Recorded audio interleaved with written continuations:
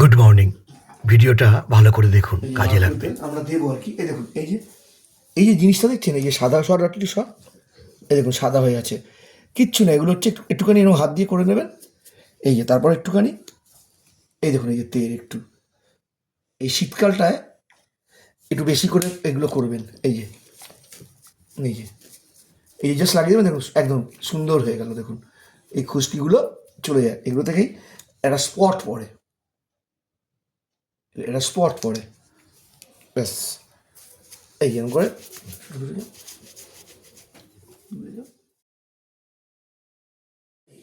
দেখেছেন, আবার কাছে আসো।